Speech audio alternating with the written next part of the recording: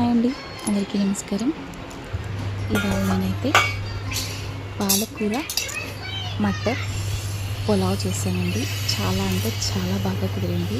అందుకని ఈ వీడియో మీతో షేర్ చేసుకుంటున్నాను. నేను కూడా ఇది చేయడం ఫస్ట్ టైం అండి.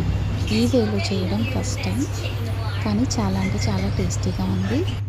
నేను తిన్న తర్వాతే మీకు ఈ వీడియో పెడుతున్నాను. ఒక్కసారి మీరు కూడా ట్రై చేయండి, తప్పకుండా నచ్చుతుంది. ఒకవేళ నచ్చితే కనుక నా ఛానల్ని సబ్స్క్రైబ్ చేసుకోండి, సపోర్ట్ చేయండి. ఇప్పుడు ముందుగా అయితే నేను మనకి పులావ్కి కావాల్సినంత కారం కూడా ఇక్కడ నేను పచ్చిమిర్చి రూపంలో తీసేసుకుంటున్నాను, మిక్సీ పట్టేసుకుంటున్నాను. ఇంకా ఒక అరకట్ట పాలకూర తీసుకుంటున్నాను. అవి రెండు కూడా మిక్సీ పట్టేసుకున్నానండి. మిక్సీ పట్టేసుకొని ఒక పేస్ట్ లాగా చేసేసుకున్నాను. నేను అస్సలు పాలకూర అనేది బాయిల్ చేయలేదండి, నార్మల్గానే తీసేసుకున్నాను. ఇక్కడైతే ఒక 2 కప్పుల బాస్మతి రైస్ తీసుకున్నాను. ఇప్పుడు దానికి కావాల్సిన చెక్క, లవంగం, యాలకులు, ఇంకా పువ్వు, బిర్యానీ ఆకు, ఒక చిన్నటి కప్పు నెయ్యి తీసుకున్నానండి, రుచికి తగ్గట్టు ఉప్పు, ఇంకా జింజర్ గార్లిక్, ఒక ఆనియన్ వేసి ఒక పేస్ట్ చేసుకొని పెట్టుకున్నాను. ఇప్పుడు ఇందాక నేను చూపించాను కదా పాలకూర, పచ్చిమిర్చి, అది పేస్ట్ అండి. ఇంకా క్యారెట్ ముక్కలు, ఆనియన్స్, ఇంకా మటర్, ఒక 2 చిన్న సైజ్ టమాటోస్. జింజర్ గార్లిక్ పేస్ట్లో మాత్రం నేను ఒక ఆనియన్ యాడ్ చేసుకున్నానండి, ఎందుకంటే అది పేస్ట్ అవ్వదు, అందుకని వేసుకున్నాను. ఇప్పుడైతే పులావ్ చేసుకోవడానికి ఒక పెద్ద కడాయి పెట్టుకొని అందులో గీ వేసేసుకున్నానండి. ఈ పాట్లో గీ వేసుకున్న తర్వాత గీ వేడెక్కగానే ఇందాక మనం పెట్టుకున్న గరం మసాలా అంతా వేసేసుకోవాలి. ఆకు, చెక్క, లవంగం, యాలకులు అన్నీ వేసేసుకున్నానండి. ఇవి కాస్త స్మెల్ వచ్చాక, కాస్త వేగాయి అనిపించినప్పుడు మనం ఇందాక చేసుకున్న పాలకూర పేస్ట్ని ఇందులో వేసేసుకోవాలి.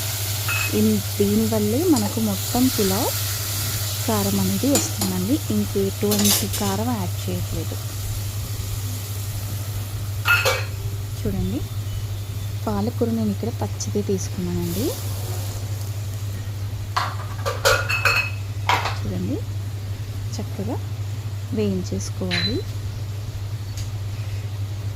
కాస్త అలా కుక్ అవుతూ ఆ పచ్చితనం అనేది వెళ్ళిపోతుందండి. మనం ఇక్కడ బాయిల్ చేసుకొని దాన్ని మళ్ళీ పేస్ట్ చేసుకోవాల్సిన అవసరం లేదు. నేనైతే ఇక్కడ పచ్చి ఆకునే వేసేసుకున్నాను. ఇది కాస్త వేగిన తర్వాత మనం ఉప్పు వేసుకోవాలండి. ఇప్పుడు నేను 1 టేబుల్ స్పూన్ సాల్ట్ వేసుకున్నానండి. ఇంకా కాసేపు దీన్ని చక్కగా వేయించుకోవాలి. చూడండి, ఆయిల్ బయటకు వచ్చింది. ఈ స్టేజ్లో జింజర్ గార్లిక్ ఆనియన్ పేస్ట్ వేసుకున్నానండి. జింజర్ గార్లిక్ పేస్ట్ అయితే నేను ఆనియన్స్తో కలిపి వేయించుకున్నాను, ఎందుకంటే కాస్త మెత్తగా మెరుగుతుంది కాబట్టి. ఇప్పుడు ఇవి కూడా మంచిగా పచ్చిదనం పోయే వరకు వేయించుకోవాలి. ఆ పచ్చి స్మెల్ పోయిన తర్వాత ఇప్పుడు మనం ఒక్కొక్క వెజ్జీస్ని యాడ్ చేసుకోవాలి. మీరు కావాలంటే పొటాటో కూడా యాడ్ చేసుకోవచ్చు. నాకు ఇక్కడ ఉన్నవి నేను యాడ్ చేశాను. క్యారెట్ ఇంకా మటర్ యాడ్ చేశాను. ఇవి రెండు ఒక 5 నుంచి 10 నిమిషాలు వేయించిన తర్వాత చూడండి, చక్కగా వేగాలి కదండి, ఎందుకంటే వేగితేనే మనకి పులావ్లో పర్ఫెక్ట్గా ఉంటాయి, లేదంటే అవి పచ్చిగా ఉండిపోతాయి. ఇప్పుడైతే ఒక కప్పు ఆనియన్స్ వేసేసుకున్నాను.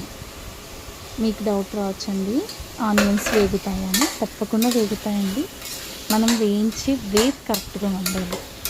సిమ్లో పెట్టుకొని ఒక 15 మినిట్స్ పాటు చక్కగా 2 నిమిషాలకు ఒకసారి, 5 నిమిషాలకు ఒకసారి కలుపుతూ ఉంటే, కలుపుకోవడం వల్ల ఏంటంటే కాస్త వేగుతాయి. మనం అలాగే మూత పెట్టేస్తే ఏంటంటే అవి మెత్తబడిపోతాయి, వేగవు. చూడండి, నేను ఇక్కడైతే ఆనియన్స్ని కూడా చక్కగా వేయించేసుకున్నాను. ఒక 2 నుంచి 3 నిమిషాలు మూత పెట్టేసుకున్నాను. అలా ఒక 2 సార్లు 3 సార్లు వేయించుకున్నానండి. ఇప్పుడు 1 కప్పు కొత్తిమీర తురుము వేసుకున్నానండి. కొత్తిమీర ఫైన్గా చాప్ చేసుకున్నాను, అది వేసేసాను. అన్నీ కూడా హెల్దీవేనండి. పాలక్ ఉంది, మటర్ ఉంది, ఇంకా క్యారెట్ అన్నీ కూడా చక్కగా లాస్ట్లో మనం కొత్తిమీరని కూడా వేసుకొని వేసుకున్నాము. ఇప్పుడైతే టమాటో ముక్కల్ని యాడ్ చేసేసుకున్నానండి. ఈ టమాటో ఉడికింది అంటే మనకు మిగతా వెజ్జెస్ కూడా ఉడికిపోయినాయి. ఇప్పటికైతే నేను 15 to 20 మినిట్స్ మంచిగా వేయించేసుకున్నాను. ఇప్పుడు టమాటోస్ వేసుకున్నాను కదా, చూడండి మంచి కలర్ వైట్కి వస్తుంది. ఇంకా టమాటోస్ కూడా ఒక 40 to 50% కుక్ అయిపోయింది. ఇంకొక 2 నిమిషాలు అలా వేయించేసుకుంటే సరిపోతుంది. ఇప్పుడు మళ్ళీ 1 స్పూన్ ఉప్పు యాడ్ చేసుకుంటున్నానండి, ఎందుకంటే ఈ వెజ్జీస్కి అనేది బాగా పడుతుంది. ఇందాక పాలకూర వేసినప్పుడు 1 స్పూన్ వేసాను, ఇప్పుడు 1 స్పూన్ వేసాను. అంతేనండి. మూత పెట్టేసుకొని మనం ఒక 5 నిమిషాల పాటు కుక్ చేసుకోవాలి.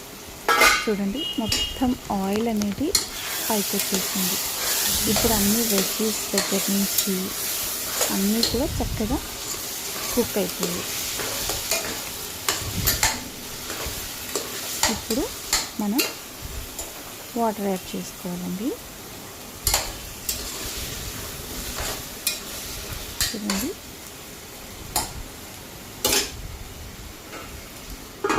ఒక 2 నిమిషాలు మూత పెట్టేసుకొని ఆ తర్వాత వాటర్ యాడ్ చేసేసుకోవడం. చూడండి ఇప్పుడైతే పర్ఫెక్ట్గా కుక్ అయిపోయింది.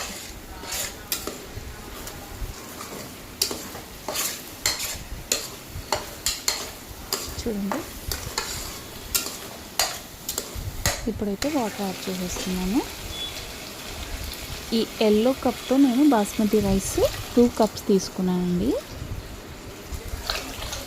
కాబట్టి నేను ఇక్కడ 3.5 కప్ వాటర్ తీసుకుంటున్నాను. 2 కప్స్ రైస్, 3.5 కప్ వాటర్. చూడండి ఇది మంచిగా బాయిల్ వచ్చే వరకు మూత పెట్టేసుకున్నాను. మంచిగా మరిగేటప్పుడు ఆ రైస్ని వేసేసుకొని కుక్ చేసేసుకోవడమే.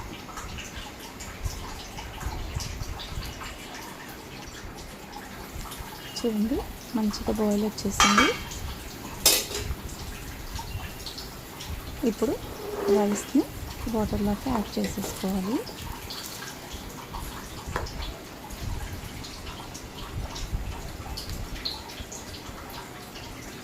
అంతేనండి, చాలా సింపుల్ అండ్ హెల్దీ రెసిపీ అండి. తప్పకుండా ట్రై చేయండి.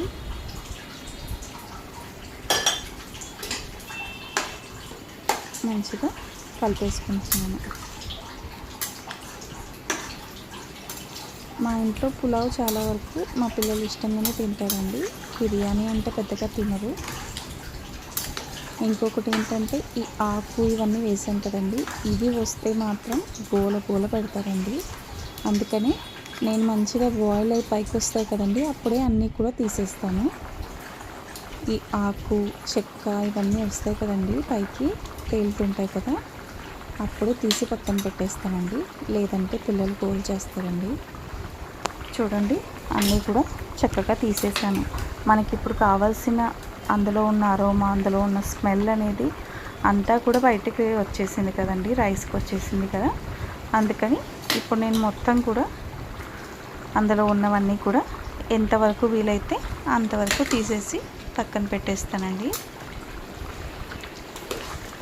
ఇంకొకటి మీకు డౌట్ రావచ్చు, బాస్మతి రైస్ కదా ఇలా తిప్పుతున్నారు కదా విరిగిపోవచ్చు అని. నేను వాడే బాస్మతి రైస్ అయితే చాలాసార్లు చూసానండి, ఎంతగా అయినా తిప్పనివ్వండి, బాస్మతి రైస్ మాత్రం కాస్త కూడా విరగదండి. మీకు కావాలి నేను ఏ రైస్ వాడుతున్నాను అంటే మీరు కామెంట్ చేశారంటే నేను ఆ రైస్ ప్యాకెట్ని నేను మీకు లింక్ షేర్ చేస్తానండి. చూడండి అన్నీ కూడా ఇలా గరం మసాలా అన్నీ కూడా తీసేసుకున్నాను. ఇంకా చక్కగా కలిపేసుకొని మూత పెట్టేసుకోవడమే.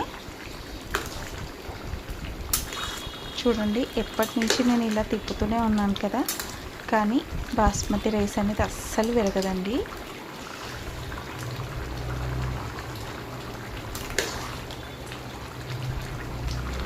చూడండి, అన్నీ కూడా తీసేసాను. ఇప్పుడు కాసేపు మూత పెట్టేస్తున్నాను. ఒక 5 నుంచి 10 నిమిషాల పాటు అలా మూత పెట్టేసుకొని ఉంచేసుకోవడమే.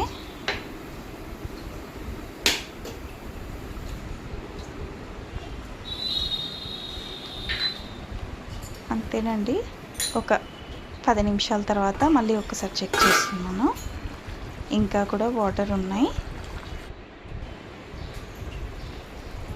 ఇంకొక 5 మినిట్స్ తర్వాత చూసానండి, ఆల్మోస్ట్ కుక్ అయిపోయింది. ఇంకొక 5 to 10 మినిట్స్ ఉంటే రైస్ అనేది మంచిగా మనకి పొడి పొడిగా చక్కగా వస్తుంది. ఇప్పుడు ఇందులోకి వచ్చి నేను పెరుగు పచ్చడి కూడా చేశానండి. ఆ పెరుగు పచ్చడి వీడియో కూడా నేను అప్లోడ్ చేశాను, మీరు ఒకసారి చెక్ చేయండి. చూడండి, ఇప్పుడు కుక్ అయిపోయింది. గ్యాస్ కట్టేసుకోవాలండి. లేదు మీకు ఇంకా బాగా కుక్ అవ్వాలి, పొడి పొడిగా అవ్వాలి అంటే ఇంకాసేపు కుక్ చేసుకోండి. లేదంటే మూత పెట్టేసుకున్నాము అంటే ఒక 2 to 3 మినిట్స్లో చక్కగా పొడి పొడిగా తయారవుతుందండి. సిమ్లో పెట్టుకోవాల్సిన అవసరమే లేదు. ఇప్పుడైతే కుక్ అయిపోయింది.